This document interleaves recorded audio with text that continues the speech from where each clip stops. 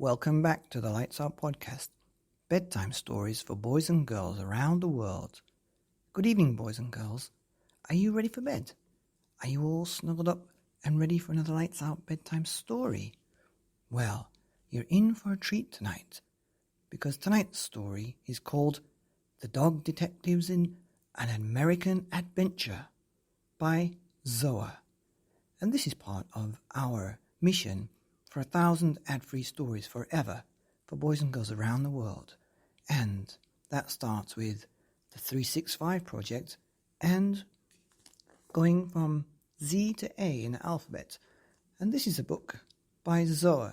So, author beginning with Z or Z.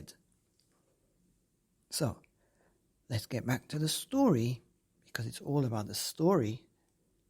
An American Adventure. Once upon a time, the dog detectives had just finished building a sandcastle when Deputy Poco Loco shouted, "Look up in the sky, Detective Jack. It's a UFO." But before Detective Jack could say, "Unidentified flying opossum," splat! "Thank you for the soft landing. My name is Miss Megan. Where am I?" "San Francisco," said Detective Jack. "Don't you know the Golden Gate Bridge?" "Oh, my dear," said Miss Imogen, "I am a long way from home. Back home in New York City, I dreamed of being able to fly like my best friend, but I had no wings. So when I saw some big bright balloons, I had the most wonderful idea.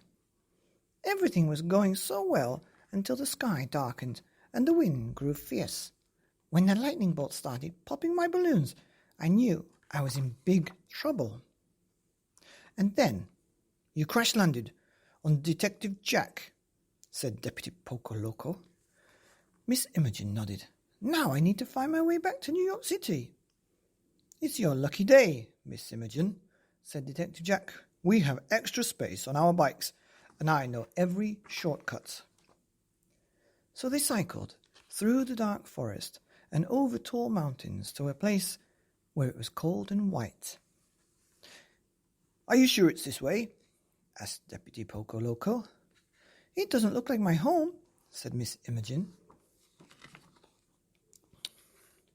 "Good afternoon, Mr. Bear. Are we near New York?" asked Detective Jack. "New York?" roared the polar bear. "Why don't you look at a map?" "No need," answered Detective Jack.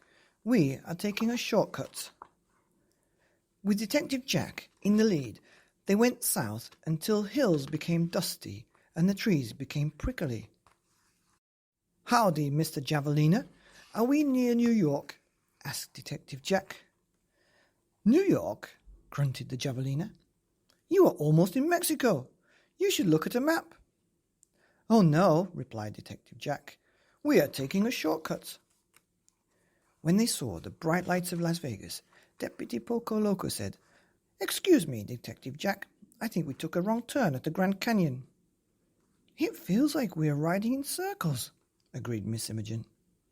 "Oops," said Detective Jack. "It's a good thing I know another shortcut. Follow me." Eventually, they reached the deep, dark swamps of Louisiana. "Howdy, Mr. Alligator. Are we near New York?" asked Detective Jack. "New York is far away," said the alligator.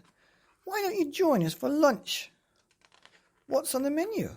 asked Detective Jack, licking his lips. "Peppered puppy and possum pie," snapped the alligator. "Time to go," shouted Detective Loco Poco. And in New Orleans they joined in the Mardi Gras party.